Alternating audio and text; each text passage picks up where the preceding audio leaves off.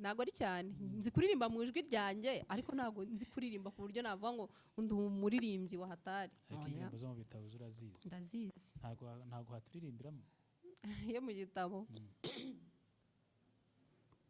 mu gihe cyo gusenga amasengesho yacu agera kure cyane atambuka nk'inyenyeri umutima w'umuntu ujya imbere Imana ugakomanga urugi ushaka kureba Imana. wow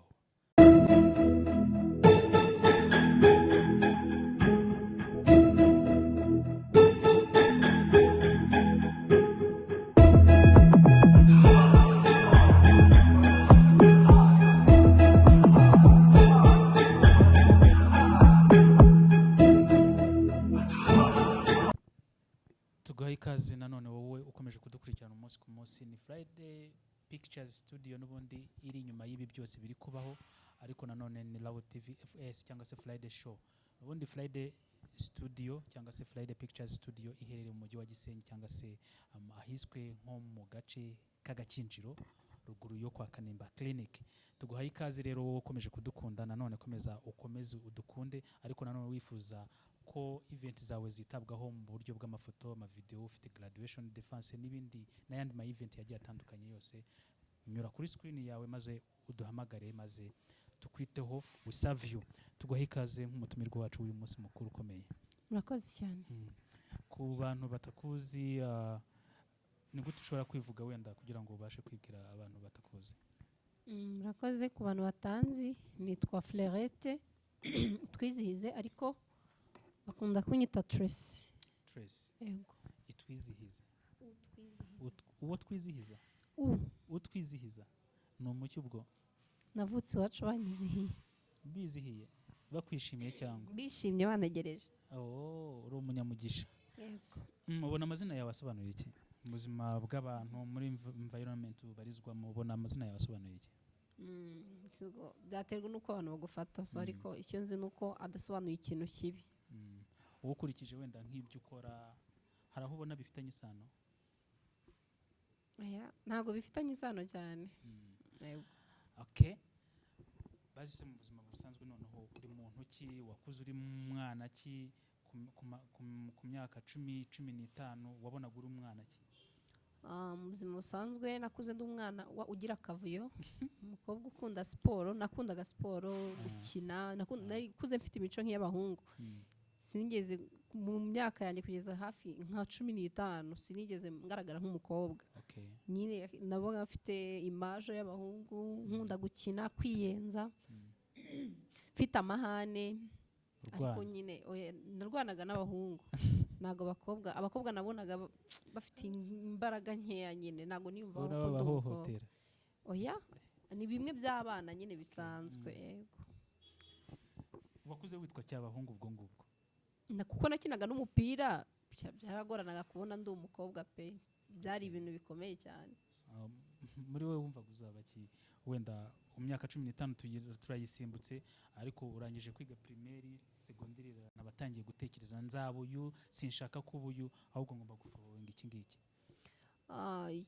Ikintu natekerezaga, nakunda nyine n'ubundi bikorwa bijyanye n'abasore, nyine numva nzaba umutekinisiye cyane, umashanyarazi se, imodoka, nyine muri rusange numva nkunda technique.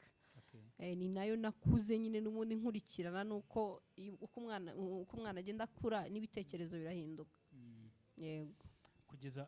Kugeza kuri icyo gihe ubu ngubu ibyo watekerezaga byaba bifitanye isano? Yes. N'ibyo ukora? Yego, bifitanye isano mo gakeya, si cyane, ariko isano ntago yabura, kuko n'ubundi ibyo ngibyo nakundaga nabikurikiranye bari byo niga. Wenda nubwo atari ko kazi kanjye, ariko ndanabikora sometimes iyo bibaye ngombwa. Okay. Uri mariye? Oya, ndi umukobwa. Uri booked? Akareka. Uri single? Single no searching ahubwo. proud of to being single. iyi si y'ejo hazaza idafite ababyeyi si ikibazo gikomeye. Oya, kuba ndi single ntabwo bivuze ko nzahora ndi single. Buriya ni uko hari ibintu ntarakura mu nzira. So kuba n'aba single biramfasha mu kazi kanjye ndetse n'ibikorwa nkora biramfasha. Nese ubwo uratekereza ko ari ikihe kintu cyatuma ibyo bintu bitagerwaho mu gihe waba wenda uri booked uri en couple? Buriya biragoye muri iki gihe kubona umuntu muhuza, kubona umuntu musa nkaho muri connected, bafite ibindi bintu babonye cyangwa se bakurebeyemo mu ndorerwamo yabyo. Ariko iyo ubonye umuntu umwe, babiri, batatu mudahuje inzozi, giving up nyine ukabivamo, ukabyihorera, ugatangira izindi nzira, kuko buriya ibintu byose dukora hatarimo Imana twaseba. So rero hari ukuntu umuntu agisha inama Imana ikamwereka inzira ikwiye kurusha ya nzira yararimo. Okay, uvuze ku Mana, mpita numva nakubaza TikTok question. Akabari, urusengero? Byari byo byose I'm ready. Byari byo byose ushaka kumbaza. Okay. Ndagusubiza. Akabari, urusengero? Urusengero. Urusengero, umuhanda? Urusengero. Okay. Inzoga, itabi? Nta na kimwe. Kubera iki aho ngaho wifashe? Aho ngaho kubera ko nta na kimwe nigeze ngerageza, kandi nta na kimwe cyangirira akamaro mu buzima bwanjye, niyo mpamvu. Okay.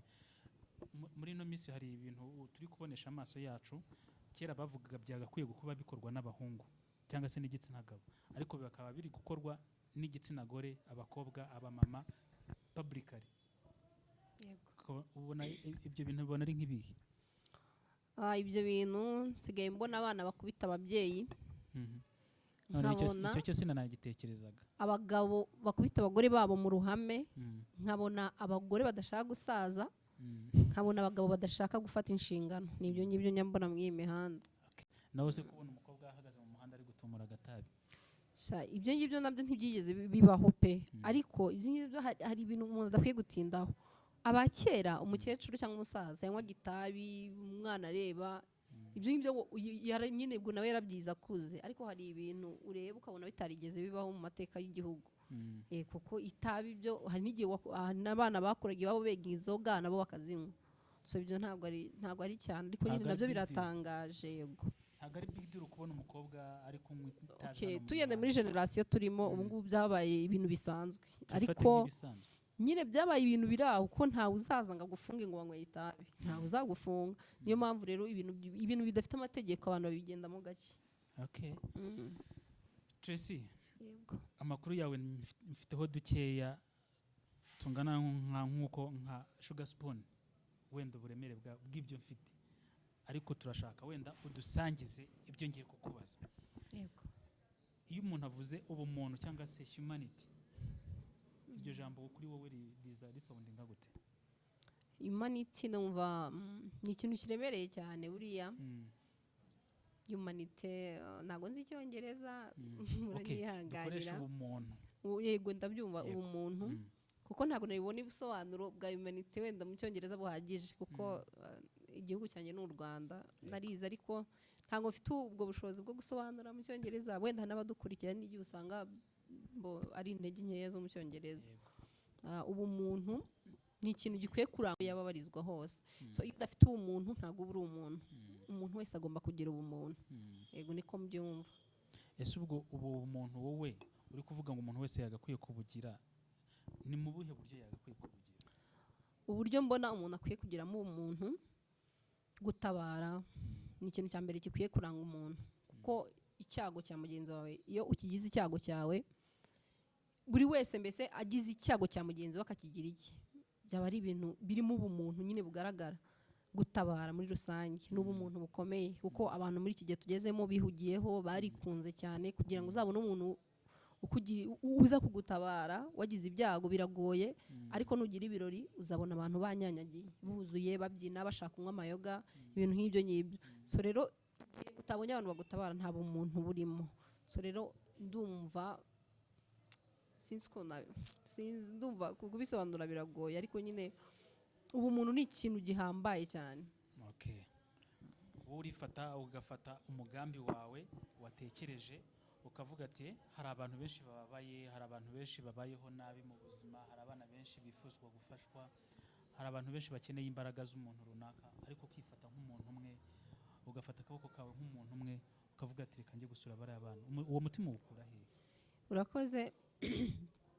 buriya buri muntu wese ahava akageragira amaboko amufata cyangwa se ibiganza bimuramira. So ntabwo wenda navuga ngo mbikora njyenyine, ariko hari n'ibyo nkora personnel nyine, kubera ko ni umuhamagaro ndimo. Ntabwo ari ibintu umuntu yantumye, ntabwo ari umuntu wazi ngo abinteremo, ahubwo nuko narakangutse igitondo kimwe nisanga iyo situation ndimo. So rero ahantu mbikura ku babyeyi. Mfite ababyeyi nabo nakuze nanjye mbona basabana, babana neza n'abantu. Kuva navuka nitwe nge sindumva umuntu uvuga papa wanjye nabi, sindumva umuntu uvuga mama wanjye nabi. Kandi baba ngo nta muntu ngo uburanga bamuvuga nabi, ariko sindabyumva. Si ukubataka b'intangarugero mu mudugudu ahari hose twatuye. Bafasha abantu, bakagaburira abantu bike bihari, bagasaranganya. So ni isoko nabavomyemo, ariko tena nkurana umwete wo kubera ko numva nari umwana wo mu mujyi. Nagendaga umujyi cyane, nkabona abana baraye mu mabordire, nkabona abantu babaye. Najya ku bitaro nyine nakuze mfite ishyaka ryo gusura ahantu basuye, nkajyayo niruka mu bitaro nyine umuntu yarwara cyangwa kandi muto, nkajyayo nkabona nyine abantu bateye imbabazi. Nyine mu gukura kwanjye bikakuba ari ibintu bimeze nk'aho ari igikomere kandi ntarahuye nacyo. Ndabati ninkura nkagira aho ngera, nukuri nanjye nzajya nsura nk'abo bantu nyine ntanabazi, mbagaburire, mfashe bano bana bo mu muhanda wenda baze babe nko mu rugo, kuko n'ubundi aho naryama nabo baharyama. So nyine nakuranye iryo shyaka, ariko nyine ntafite ubwo bushobozi kuko nabikora. So rero niga ndi umunyeshuri, urumva akenge kagiye kazamuka, nkagira imihigo.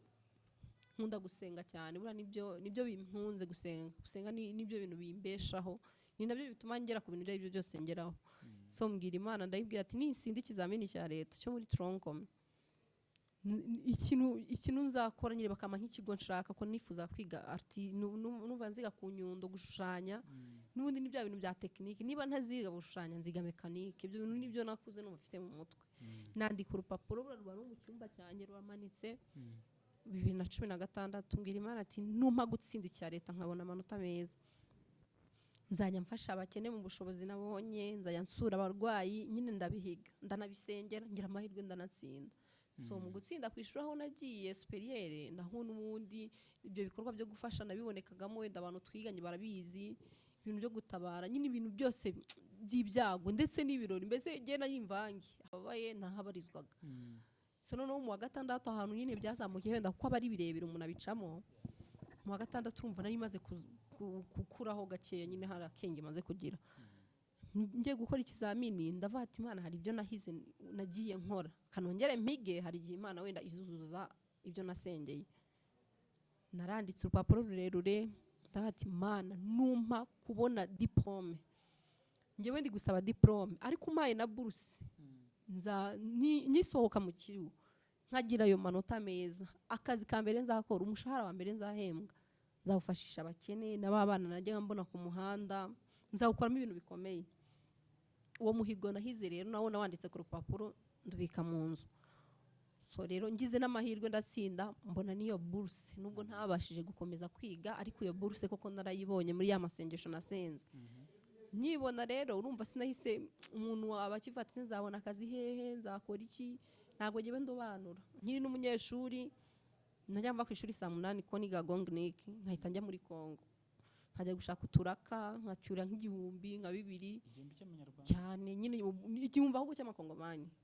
Nyine hari ahantu najya gukora stage, ni 5 yabaga ari 5 y'amanyarwanda.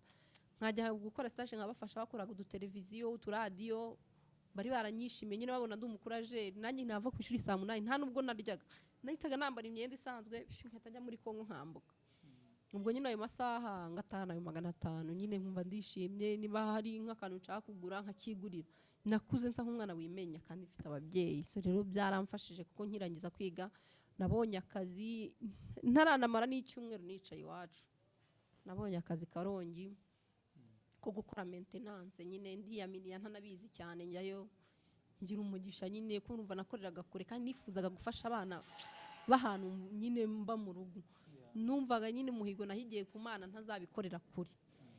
Ubwo nyine ntibyankundiye ko nkwesa, ariko narabizirikanaga nkajya muransenga nkabwira Imana ati Imana nunkura hano ni kure y'iwacu akanyegereza iwacu ni ukuri nzahigura ibyo nahize n'ubundi nako byagenze ngira umugisha Gisenyi ibyo nari narahize ntangira kubishyira mu bikorwa gake gake gutya ku muhanda sinjya mbika ibiceri cyangwa se amafaranga make ya 500 ntago nyengendana ngo nyatindane kuko umuntu mbonye nyine bwa mbere nkabona nkoze ku mutima ndayamuha so rero nigendaga mbikora gutyo nkavuga ati Imana ntago ndabona ubushobozi buhagije bwo kujya mu bitaro sindabona ubushobozi buhagije bwo gufata abana ngo mbazane mu rugo ariko icyo mfite aka kanya cyangwa nzajya mbona nzayangitanga buriya biragoye kubona ngiye nabitsa amafaranga bambwira gukira bizakugora kuko nyine ni ibintu byananiye sisho kubona umuntu ababaye ngo ndabitse ngo ngize ute biragora urumva n'urwo rugendo ndatangira gutyo nkajya mfasha utwo twana nkaturangira ahantu undi tukaza kundeba nkatugaburira tugasubirayo ni birebire mbese iyo story ni ndende nabitangiye kuva kera nkiri mutoya ariko aho nyine naboneye wenda akazi gasa nkaho kabaye nubwo wenda batari menshi y'ibyifuzo by'umuntu ariko buri step ngenda ntera hari imihigo mpiga mbese ibi bintu nkora ni imihigo mba narahigiye Imana ngenda neza duhereye kuri ubwo buryo ufasha ugatanga umwanya wawe ku bana runaka bashonje abababaye abari bo bose ubona nta gihe kizagera nk'uko babivuze ko uzibagirwa nta terambere uzagira ubona nta bitazabaho koko buriya nk'uko nabikubwiye nkunda gusenga hari ijambo ryo muri Bibiliya Matayo 25:35 kugeza kuri 40 iryo jambo ry'Imana wenda riciyemo gato riravuga riti nari nshonje murangaburira nari nambaye ubusa muranyambika nari mu nzu y'igihome muransura Yesu yabwiraga abahanuzi noneho bageze baramubaza ati mwami ibyo bintu twabikoze ryari twakugaburiye ryari twakwambitse ryari nyine bo birabashobera arangije ijambo yababwiye yasoje ababwira ati babandi bahanyuma mwabikoreraga ninjye mwabigiriye so rero urumva baje kubona ingororano z'ibyo bakoze bo batari bazi ko babikoze urumva ni ijambo hari amagambo muri Bibiliya anyatractinga kubikora njyewe ntago mafite ubwoba bw'ejo hazaza ngeraho ni Imana kuko naho naba nsigariye zero mba nizeye mfite ibyiringiro nibutse Imana nkayibwira ati Imana wibuke ibyo nigomwe ko bw'abandi kandi ijambo ryawe ryarambwiye ati ugaburira umukene abangurije uwambika umukene abangurije kandi ngo umunyabuntu azabyibuha so rero nta bwoba mafite ibyiringiro by'ejo hazaza nanjye hari amahirwe ngira kubera ko mbikora hari uwo ngeraho ngiye kugura nk'amakayi yabona nyine wenda yabona wenda amakayi nkeneye nguze nk'amakayi makeya kandi wenda azi nk'ibikorwa nkora akangabanyiriza akavuga ati nanjye njya mbona ufasha abantu reka nanjye nkugabanyirize urumva ni profit mba ngize hari n'ahantu ngera sinishyure nkagura ikintu bakambwira ati gendere serivisi nyinshi ushobora kubona kubera ko hari ibikorwa nanjye nkorera abandi hari n'igihe ntegura kudodera abana imyenda nyine nkagura nk'ibitenge 2 kugira ngo mbadodeshereze ubadode yamenye ibyo ari byo nyine hari ukuntu umuntu yabona kudodera abana batandukanye akabikubazaho akahita ngabanyiriza cyangwa se akahita ambwira ati nanjye ndadodera abo ngaba for free urumva rero nanjye hari profit ngira kubera ko nyine mbafasha so rero ntago bijya binshi intege ndacyapushinga kandi sinzabireka ni byiza gufasha ariko umuntu wese uri hirya no hino ashobora guhita yibaza ubwo bushobozi ubukura kuko twabonye ubu video bwinshi bugenda butrendinga abana barenze 10 ubushobozi ubukura hehe tuvugisha ukuri urakoze iki kibazo nta muntu utagikimbaza ubushobozi ahantu buva buriya nta muntu wigira nkuko nabikubwiye ntangera mfite inshuti zanjye zishimira ibyo nkora mfite abavandimwe iveri n'ababyeyi banjye baranshyigikira ntabwo ubushobozi bujya bubura mfite na projet nyinshi njya nkora zishobora kubyara icyo gihumbi nubwo aba ari make ariko igihumbi cy'uyu munsi n'icyejo biba 2 so nta kazi nyandengaho ndemusinga kandi wenda ntari uwabigize umwuga iyo bangiriye icyizere mbona ikiraka nshobora kuba nahagararira inama runaka nyine mfite imirimo myinshi yometse ku murimo nkora ishobora kuba mfite imipira ngurisha yanditseho gira neza wigendere urumva rero iyo mipira yanditseho gira neza wigendere hari umuntu ushobora kuvatira ijambo ryiza reka uyu mupira nanjye ngugure iyo uguze hariho igihumbi ubushyize muri kesi ya gira neza wigendere mfite kofi hari uruganda rwifuje kumfasha ubwo bo bampereza kofi ku kiranguzo nanjye nkayigurisha cya gihumbi kirenzeho ubwo kiza muri kesi yo gufasha abana urumva n'uduprofit tugiye turi iruhande noneho nk'abana bafite ababyeyi batishoboye hari na projet mbakorera bakazijyana mu kagari bagira umugisha zikemerwa bagatangira gukora. Urumva nabyo biba bimfashije kuba na spending amafaranga menshi, ngenda ngira utuntu nyine tumfasha nk'inshuti zanjye nazo zishimira uwo muri, wenda naba nateguye igikorwa kanyongerera ku 1000, wenda niba nari mfite 1000 akashyiraho 500, biba bibaye 1500. So ntabwo ari ubushobozi bwanjye njyenyine, ntabwo nabyishoboza. Kuri ibyo bikorwa uvuze ko good enough, uvuze kuri no mu MC sometimes. Noneho turi hafi no kwegera ibijyanye na entertainment yo muri no ntara turimo, akarere turimo n'umujyi turimo. Urumvwa neza mu karere ubarizwamo? Yego. Okay, byiza cyane. Noneho reka bajye bagufasha? Ubuyobozi bw'akarere wenda nta yindi support bampa, ariko support bampaye niyo fondation y'izindi support wenda zizaza nyuma, ko bampaye icyangombwa kinyemerera gukorera mu karere ka. So ni support ikomeye cyane kuri njye. Collaboration letter yo kuba nagira ONG, yani itangiriro ryo kuba wagira umuryango wanditse muri leta. Okay, byiza cyane, proud. Uri MC apart yuko wenda ukora ibikorwa by'urukundo cyangwa se ukora ibindi bikorwa bikubyarira amafaranga ku ruhande rwa uri MC, ndetse uhostinga abahanzi wenda muri rusange mu bisanzwe? No, nago nyine mvuze ngo ndumwe MC wabigize umwuga, nyine wenda mu mapati, short party nk'aba MC wenda bakambira 10,000, 20 ku bigo by'abanyeshuri. Yani ibyo nashatse kuvuga, nago niyo musinga mu bitaramo. Hose ubonye umwanya byaba ari naba nyine ngize amahirwe, ntago ndi umuntu wiyaminiye mu buzima busanzwe. Yewe nisanga aho ngize situation yose ndimo ndi adapt. Warabigeragejeho wenda ngo ube wagaragara kuri public nini cyane? Ariko nyine ntabwo nari nahawe akazi, nyine ni nko gutryinga tu, kumwe baguha mic gerageza ugire ikintu ubwira abantu. Hari abantu ushaka guha mikoro imbere y'abantu ni 10 bikabananira. Hamwami simbizi neza wenda, kuko habaho isoni, hakabaho no kuba utamenyereye audience, yego n'akamenyero. So ngewe byose nisangamo rero, sinagira ubwoba ngo audience, sinagira ubwoba ngo no bwa mbere ngeze ahantu, no adaptation ba muri ngewe. Uyu munsi turi kukubona gutya uri gukora ibikorwa by'urukundo, ejo cyangwa se mu myaka runaka iri imbere uri kwibona hehe, mu yihe sura mu myaka 5 iri imbere? Mu myaka 5 iri imbere mbona nzaba ndi umuntu w'abantu cyane, none ndi umuntu w'abantu nk'ibisanzwe, ariko bizaba byararushijeho kuko mfite projet nyinshi mu mutwe wanjye zo gutuma abantu banyiyumvamo. Kandi buriya ibikorwa byiza ni mugenzi w'Imana. Ibyo mbangambirira gukora ni ibyateza imbere igihugu ndetse n'abanyagihugu muri rusange. So ni ugushishikariza urubyiruko rugenzi rwanjye cyangwa generation yanjye kuba nabo bakangukira gufasha, nyine kugira neza muri rusange kwa.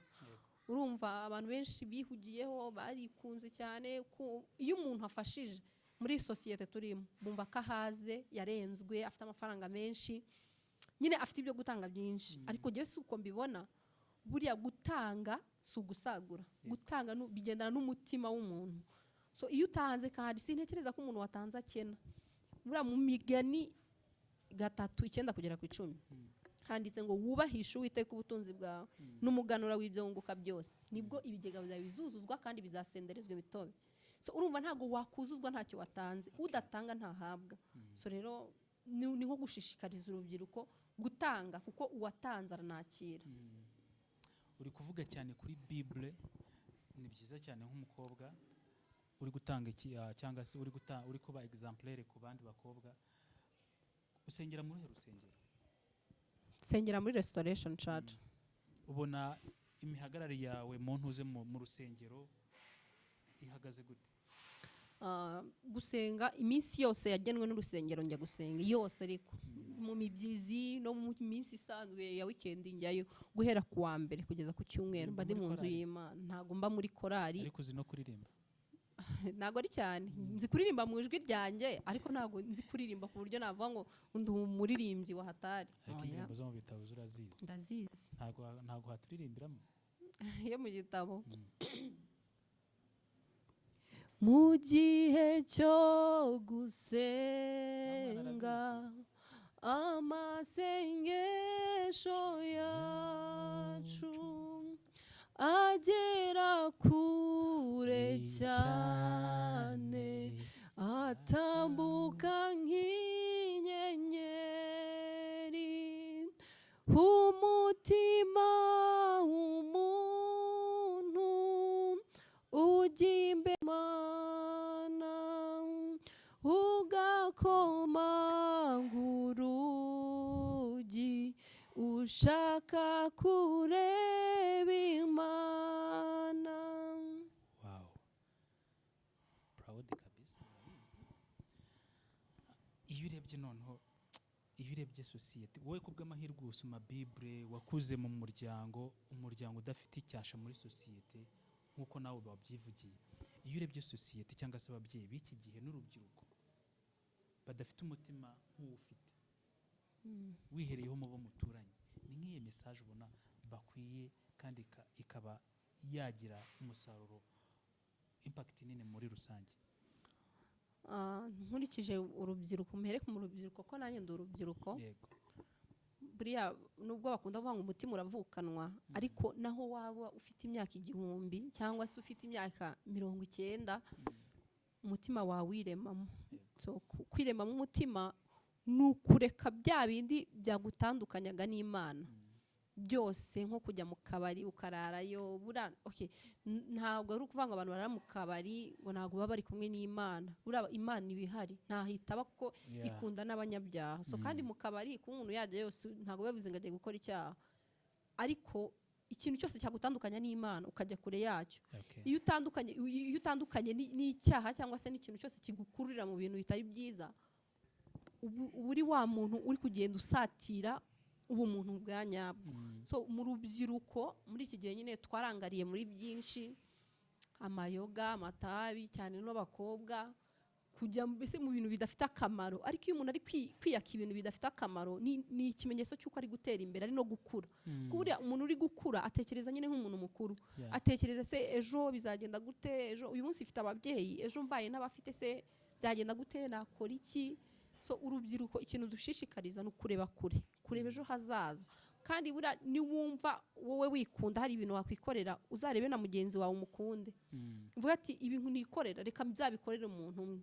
Urebe ibyishimo uzagira mu buzima bwawe. Nta kintu kibaho cyiza nko gufasha umuntu utazi cyangwa se umuntu uzi ko afite ikibazo gikomeye akakubwira ngo Imana iguhe umugisha. Ni ikintu gihambaye cyane. Ngiye akugira ngo umuntu azanyiyemereho amereze nk'ibihumbi 20 atakira, ngiye mfite amafaranga menshi, arutwa na wa muntu wambwiye ati nabonye uri gutegura igikorwa cyiza, akiri 1000 n'icyo mfite cyangwa 500 uyongeranye. Abo bantu iyo nkoze balance, wa wundi wampaye 1000 gutyo aruta wa wundi wampaye amafaranga menshi, ati ubwo bufaranga bwo ngubwo bwa fake kintu. Bura ikintu nyine nashishikariza urubyiruko n'ubundi nibakunde gufasha, kuko nyine nabyo ni ibintu bizabaremera inzira batazi. Uyu munsi ufashije umuntu, mfite abana nafashije bagitangira bagisoza primaire, bo bari mu wa 2 secondaire. Urumva niyo nabarekura uyu munsi ntibazibagirwa ko hari icyo nakoze kugira ngo babe bari aho ngaho. Stirura cyabafite? Ndabafite, ariko ntabwo ari ubushobozi bwanjye, byose biva ku Mana. Ntabwo nanjye nabyishoboza kuko nawo bishyurira secondaire. Yego, mfatanyije n'inshuti zanjye. Ariko urumva wenda nateye intambwe y'igitekerezo, nabo batera intambwe bansanga mu gitekerezo cyanjye. So n'ababyeyi, buri umwana apfa mwiterura. Umwana wawe nutemera ko asabana na bagenzi bari mutoya, ntabwo azakura ngo abyige, ahubwo nyine azabyigishwa n'igihe. Kandi ikintu wigishijwe n'igihe kigufata igihe nyine. Uzafata igihe uri kubyiga nyine, ko n'igihe kiri kubikwigisha bitewe n'ubuzima uri kuganamo. Ariko wa muntu wabyigishijwe n'ababyeyi, urumva biri naturel muri we. Urumva ni ibintu yagiye akura bigenda bimubamo. Bizukuze ibyo byose ntabwo bingana n'ibyo watoye uri mutoya. So n'ababyeyi bakwiye kugira uruhare mu kurema imitima y'abana bakiri batoya. Niba umwana akuze abona ababyeyi be basangira n'abandi, abana baza mu rugo bakirana urugwiro, buriya nibi bintu byose dukura tukaba abana babi, tukagira uteto bifite intandaro ku babyeyi. So niba umubyeyi ataha yasinze abwirirana amatabi n'iki, umwana azavuga ati n'ubundi umubyeyi wanjye niko ari. Ariko niba kuza umwana abona umubyeyi ari umunyamutima mwiza, nta bibazo, ntatongana na nyina, ntatongana na se, gute watakura ameze gutyo? Buriya sosiyete tubamo niyo itudekuraje. So rero n'ababyeyi bakwiye kubigiramo uruhare. Yego. We wagize igitekerezo ni byiza cyo kuvuga ngo ufite umutima ufasha, utekereza gufasha abandi bantu badafite aho bishima ukabashimira. Ako nanone tukavuga ngo wabikuye ku babyeyi nabo bakoraga nkawe, cyangwa se nanone baracyabikora bakanagufasha. ntabwo twavuga ngo runaka impamvu atabikora nuko nta bushobozi cyangwa se wowe uturuka mu rugo rw'ibisubizo wenda n'uriya afite umutima wo gufasha ariko ntabwo aturuka mu rugo rwa buri kimwe cyose nko mu gisubizo mu rugo rw'ibisubizo muri ubu tugiye tuvuga ngo ni mu rugo rwo mu Gasoni ntabwo ariko byabimeze.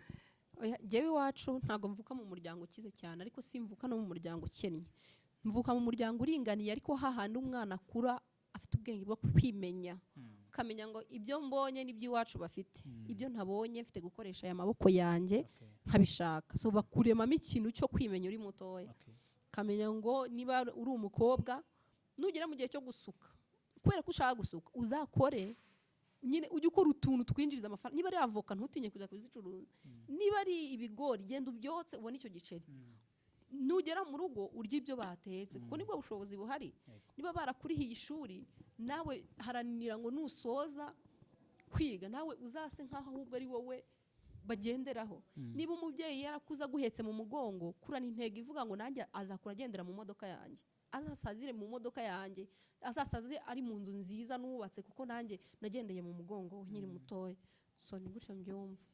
Tugana ku musozo nahita nibaza ngo ese koko mu by'ukuri umukobwa w'uyu munsi iyo urebesheje amaso yawe ukurikije n'ibikumubaho cyangwa se ibiri gukorerwa umwana w'umukobwa w'uyu munsi arabeshywa urukundo ariko nanone umwana w'umuhungu nawe akabeshywa urukundo, utekereza ko ejo dufite ejo heza nk'umumama ufite abana bamwita mama na papa?